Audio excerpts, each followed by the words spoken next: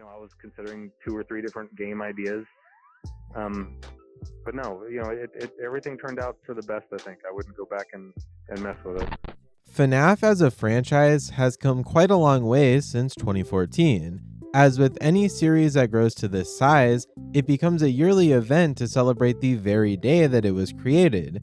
This year is no different, and since Five Nights at Freddy's isn't exactly in the best state currently, I thought it would be fun to take a look back at all of its previous anniversaries and just kind of reminisce on the old days. The first part of this video covers all 11 of FNAF's anniversaries from 2015 to 2025. The second part will be hosted by a special guest, covering all of the Fanverse anniversaries. Before we start, comment down below what your favorite FNAF anniversary was, and like the video while you're down there. I mean, you may as well, you're already there. The first anniversary of FNAF was very simple, but very special. On August 2nd, 2015, ScottGames.com would be updated with this picture, a thank you message from Scott himself. It featured nearly every character that appeared in the first 4 games and had text that simply read, "Thank you." We now know that this ended up being the starting point for the FNAF World teasers, but at the time it was a solid goodbye to the series. FNAF 4 was released the previous month and was supposed to be the final chapter.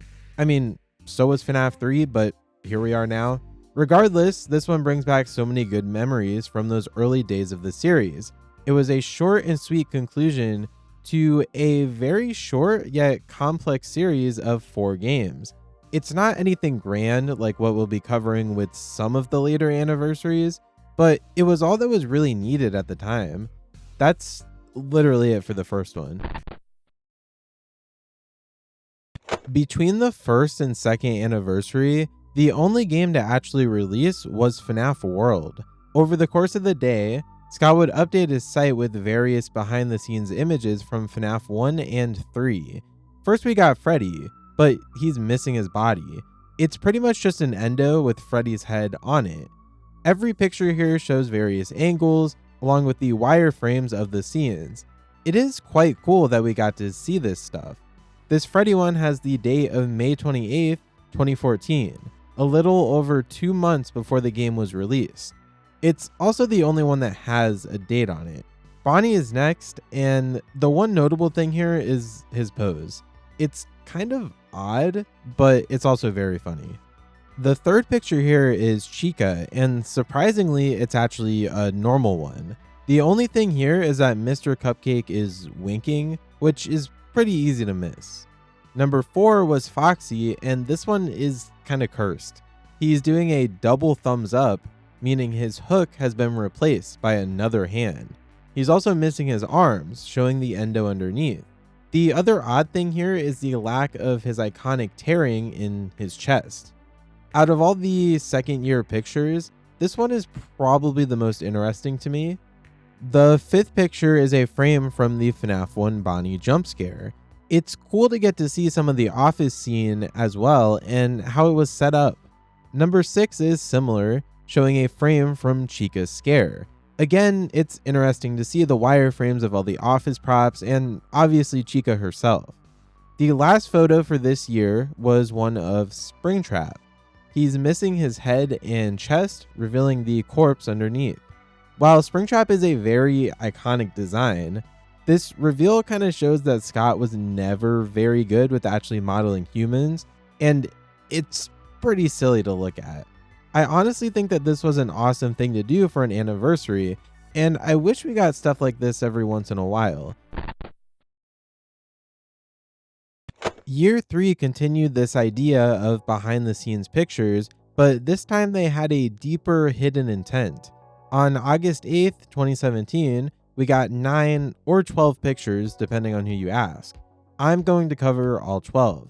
The first was Withered Freddy with his endo head revealed.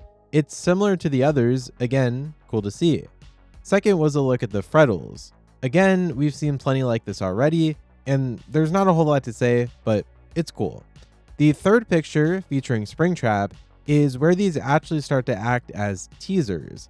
This one has Springtrap waving, just like this, and he's missing all of the rabbit suit except for hands, shoulder pads, and the head.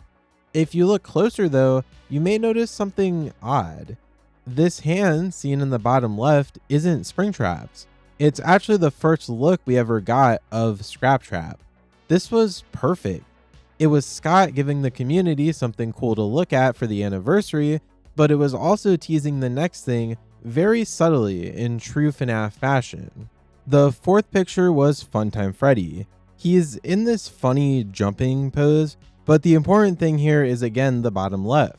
We can see a wireframe that shows a part of Molten Freddy, with multiple eyeballs and many tangled wires. At the time, none of these actually gave us any names, just the vague looks at them. The fifth shows a circus baby, but she ripped her head off and is now holding it. This one is pretty creepy to look at, especially since she's so happy about it. Look in the bottom left and you can see a bit of Scrap Baby's hair. Picture 6 is just the exotic butters. It doesn't tease anything. Number 7 is different. While not showing a new character, it does show the face of one of the advertisements that would be featured in FNAF 6. Number 8 just shows the magician doll from Sister Location. There's nothing hidden in this one. Picture 9 kind of feels out of place. It's a behind the scenes photo of Bonnie in Parts and Services, the only FNAF 1 character seen this year. The hidden thing here is Scrap Baby's head, appearing on the shelf behind the door. This one is just so weird because the others all relate to the character being shown, but Bonnie is just kind of here. Number 10, 11, and 12 are the more iconic pictures here that most people probably know about. This is the Freddy plush appearing to be hanging on strings or something. While not directly related to the anniversary, these three were also up on the site that same day. At the end, it switched to static, indicating the end of teasers for now.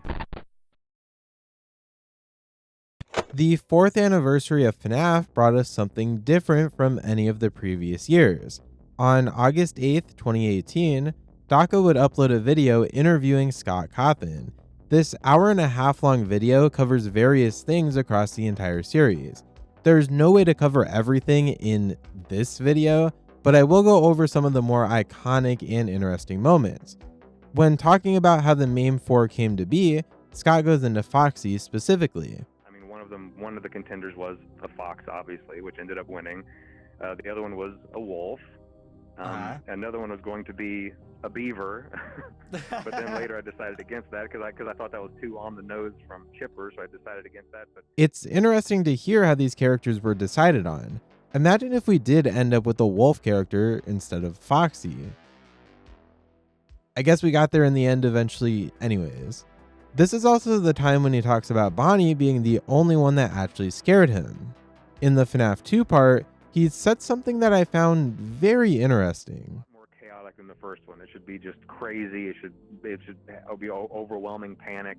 Mm-hmm. And then I also knew, even at that time, before as I was working on part 2, I knew that 3 should be a very personal experience. It should be the opposite of what 2 was. You know, part 3 should be kind of one-on-one. And I knew that part 4 should be unique as far as setting and things like that. And I knew that part 5 should be kind of high tech, and I even kind of already had color schemes. It's kind of cool to know that he already had the very basics of each game laid out.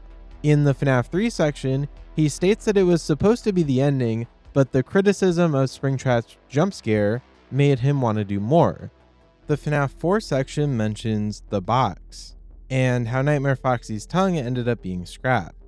In the FNAF 6 part, he talks about how the lack of a ton of teasers for the game was very intentional. The actual purpose of the game wasn't to generate a ton of hype or to make a ton of money. It was simply to resolve some plot points. That's why he revealed pretty much nothing before its release. Other parts of the interview cover future projects like FNAF Help Wanted and the movies, but I can't dive into every little thing today. I do think it could be a fun topic in the future to do a true deep dive into both of his interviews though. Let me know if you'd want to see that. Also, consider liking the video and subscribing for more FNAF videos. A 5th anniversary feels like it should be something big, and in a weird way, this one was. The one and only thing we got in 2019 was a teaser for the upcoming Security Breach, showing the main four performing on stage. It doesn't seem all that significant, but I think it kind of is. This was the very first time we actually saw this game. Not just that, but the date listed here obviously never happened, and it kind of was the start of the end for Scott's teasers. Things were never quite the same after this point. That's literally it though. There's nothing else for this year. The 6th anniversary is basically the same as the last. On August 8th, 2020, Scott would post 2 unused teasers for Security Breach. The reason these went unused was due to Funko leaking all the character designs early, so a teaser like this didn't really show anything. This year was the first that Steel Wool posted anything, being an artwork of the main 4 characters. They're holding a Mr. Cupcake that has a 6 candle on him for the 6th anniversary. This one, like the last, was honestly pretty bare. Do you get it? The 7th anniversary in 2021 was also not super significant, although more so than the previous 2. Steelwool posted this artwork, being a reference to the ending of FNAF 3. This year also had Hex post a teaser for some plushies, their first line, actually. Nowadays, Hex is one of the best brands for high quality FNAF plushies, and it's cool to see that they didn't start that long ago compared to some of the other merch companies. The last thing for this year is actually really cool. It's one of my favorite things in this entire video, I think. It's a showcase by Click Team, which features just over 10 minutes of various FNAF fan art. It's got all different kinds too. Traditional, digital, 3D renders, even like custom action figures too. There's even a few Fanverse characters thrown in there as well. It's awesome to see something like this, including the community that actually keeps the series alive. They should do something like this every year in some way. I think that would be pretty cool. The 8th anniversary of FNAF is the biggest one so far in the video. This one has so many different things going on. First is an event that GameJolt ran, simply called FNAF Turns 8. If you didn't know, GameJolt is the main platform for people to post FNAF fan games on. During the 3-day celebration, they did a few different things. Day 1, they held a fan art contest. The winner of this contest would receive a signed and framed Fredbear's Family Diner poster. There were a lot of submissions, but they ultimately picked this as the winner. It is a really cool piece. Other runner-ups were given some masks or something, but the poster was the significant prize. One of the runner-ups is actually Snartles, with this art, who now does official art for the series, so that's pretty cool. The rest of the stuff is more in line with the other years. GameJolt posted their own art, which looks like this. Steelwool posted 2 different pieces.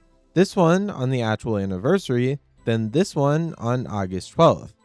I love all the details on both of these, especially the second one.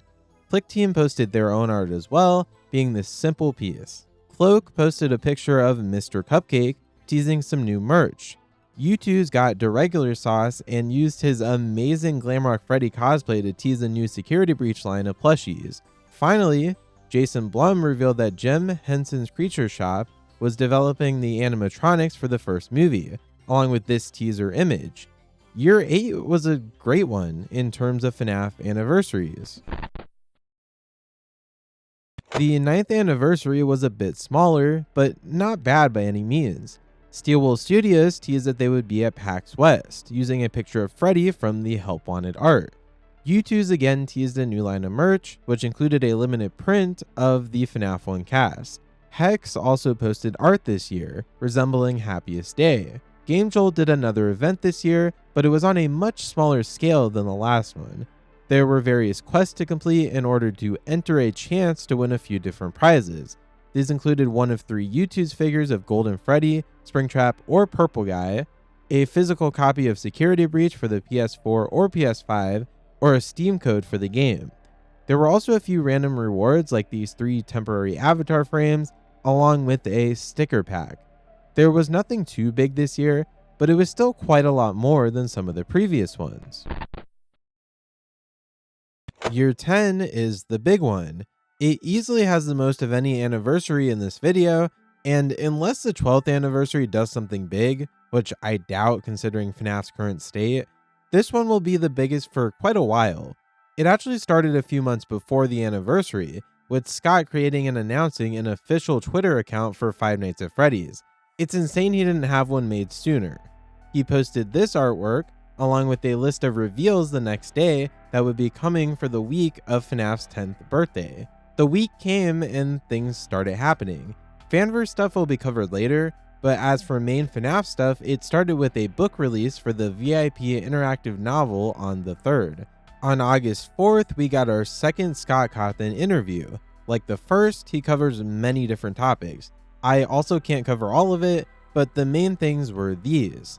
First, the box. He lost what was in it and doesn't think he can ever find it again. He was happy with the movie and how it turned out. He also revealed that whenever the first Help Wanted came out, I did have a VR setup. So I was able to beta test. And of course, I was leading the charge to want to beta test my own games. I got into the Funtime Auditorium and I noped out of it. I took the headset off and I immediately got on the phone with Steel One and said, I'm not doing it. I'm not going to test it. Which is pretty wild. He said that he wishes to go back to FNAF World at some point and try to make that one again. He was hesitant to work with a studio because of companies messing with projects, but he's glad he went with Steel Wool. He also said this. Because what I was trying to do was I was trying to tell Steel Wool to do specific things throughout the game, put specific items in specific places, have specific characters do certain things, meanwhile not telling them what the story plot was. This is just wild to me, because how did he ever think that the story would turn out correct without actually telling the developers of the game what the story needed to be? There's also some things in here where he talks about Into the Pit, how he's cautious with who he wants to collab with, and just going over general moments that are highlights in the 10 years of FNAF. The next day, FNAF X Dead by Daylight would be teased. On August 6th, Steel Wool would post the first teaser for Secret of the Mimic. It was just a short clip, but it was enough to get people talking about what it could be. The 7th day is easily the biggest.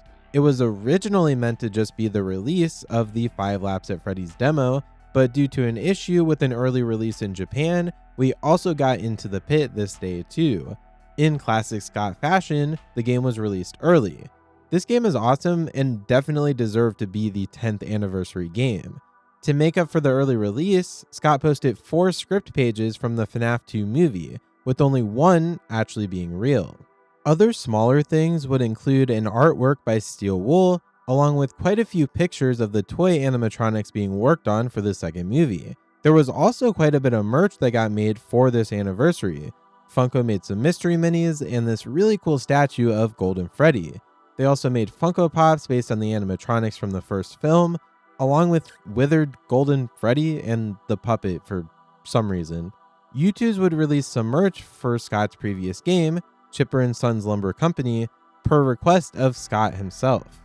On the official Twitter account, Scott would repost a ton of various artwork, along with old and iconic moments from the fanbase. He linked Markiplier's first video, Game Theory's first video, a few old animations, an old news story about people calling a real-life pizzeria, the How to Make FNAF Not Scary video, Daco beating 50/20, and so much more. This, in my opinion, was an almost perfect way to honor the legacy of this series and really showcase the awesome community around it. It's also the last time as of this video that the series has really done this, and it's kind of a shame. Looking back at this for making the video you're watching right now actually had me pretty nostalgic for this thing that only happened 2 years ago. Game Jolt did another event this year as well, but it was pretty small in scale. They had quests to complete for a bunch of different stickers. The 10th anniversary officially ended a few weeks later when Steel Wool appeared at PAX West. This was huge and there was quite a bit going on. Freddy, Glamrock Freddy, and Roxy were there, and there were a ton of little things and activities to do. There were cosplay contests each day as well, along with a playable Secret of the Mimic VR demo. The 11th anniversary went back to being smaller. honestly one of the smallest ever. There's just 3 things here to mention. First is a piece of art from Steel Wool.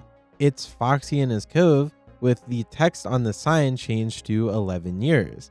Next was art from Mega Cat Studios where Pit Bonnie was celebrating. Finally was a post from Scott on Twitter thanking the community and talking about his first fan mail that was addressed to Foxy himself. That's literally it. Five Nights at Freddy's Anniversaries don't just stop with the main series. As many of you probably know, there's still the Fanverse games to talk about. However, since these games have existed way before the Fazbear Fanverse initiative started in 2020, we won't be covering the anniversaries celebrated before their official inclusion in the Fanverse, or ones that aren't even in the program anymore. Let's start with April of 2021 where Daka hosted one of his many charity live streams, and Kane had set up some reveals for the stream to celebrate Popgoes' 5th anniversary.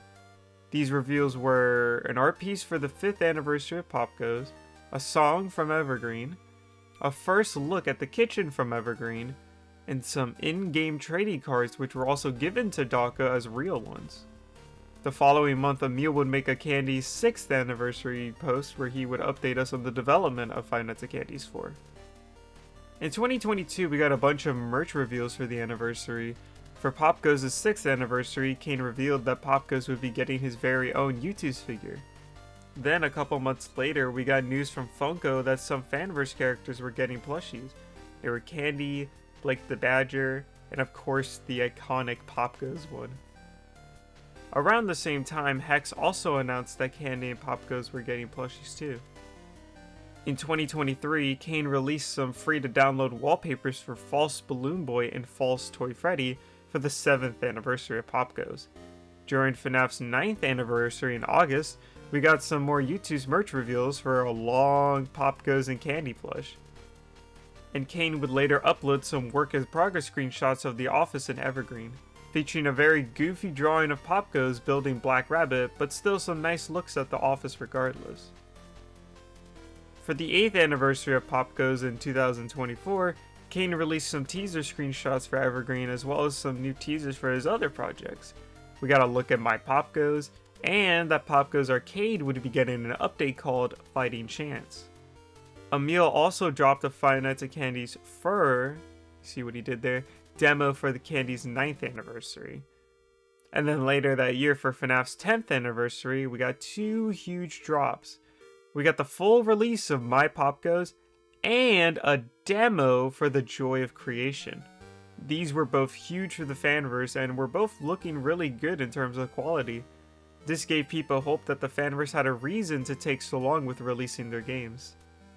Last year in 2025, the Fighting Chance update that I mentioned got released for Popgoes' 9th anniversary, and then later for FNAF's 11th anniversary, Kane would upload a poster of Unwithered Freddy for Evergreen and reactivated the Black Rabbit sticker pack on GameJolt. Overall, a pretty lackluster year for anniversaries, but we would learn why this year. For Popgoes' 10th anniversary, Kane had the most reveals lined up that he's ever had before. There were a total of 12 reviews that day, plus a secret one which I'll get into a bit. But starting with the first one, Kane showed that starting this year, if you visit any inn in Popgoes Arcade, there will be a birthday banner hung up for the anniversaries going forward. The second reveal was some cool art for the 10th anniversary. The third reveal was a collab with one of the best fan games of all time, Five Nights at Freddy's 3, bringing Morse the Mole to the game as one of the shopkeepers in the Endless mode coming to Freddy's. His mechanic being that you could pay to skip to a future round in the mode. Reveal 4 was a new translucent version of Popgoes' Youtooz, and would be given away to 5 lucky people. Reveal 5 was more Youtooz merch, this time concept art for a sitting plushie of Sarah the Squirrel. Reveal 6 was that for the next 48 hours, Popgoes Arcade was completely free on Steam. This was really cool to see, seeing as the game wasn't really that expensive to begin with, but they still went out of their way to do this. Reveal 7 was artwork for the main Popgoes characters made by the same person that would be making the art for the upcoming game, Freddy or Not. Reveal 8 was Kane doing his weekly fan art showcase, which, is always nice to see. And then for reveals 9 through 12, they were all teaser images for Pop Goes Evergreen. The last one showing with seemingly the toy animatronics in the FNAF 2 location. And then finally, we got a secret 13th teaser video showcasing someone monologuing and then ending with a very withered Freddy sitting at a table. Now, I'm a bit rusty on my Pop Goes lore, but with this video and previous cameos, it really seems like the withered animatronics will have a role in this game in addition to the toy animatronics. And to end it off, we got a little drawing of Candy recently for Candy's 11th anniversary. As you can see, Pop Goes tends to be the one that does more for their anniversaries than other fan games, but the fact that any of them do anything for anniversaries at all is always a nice thing to look forward to, in addition to whatever FNAF has cooking for their anniversary. Speaking of which, back to you, FM. With that, we reached the end of today's video. Since it is the anniversary, I want to give a massive thanks to FNAF as a whole. I don't know where I would be today without it. It has changed my life forever, and I really can't even properly put it into words. Also, thank you to my friend for covering the fan games in this video. He's awesome, and you should totally go check out his channel. Consider becoming a member of my channel. Remember to like the video if you liked it, comment down below what you want to see next, and subscribe for plenty more FNAF. See you all next time. Goodbye, superstars.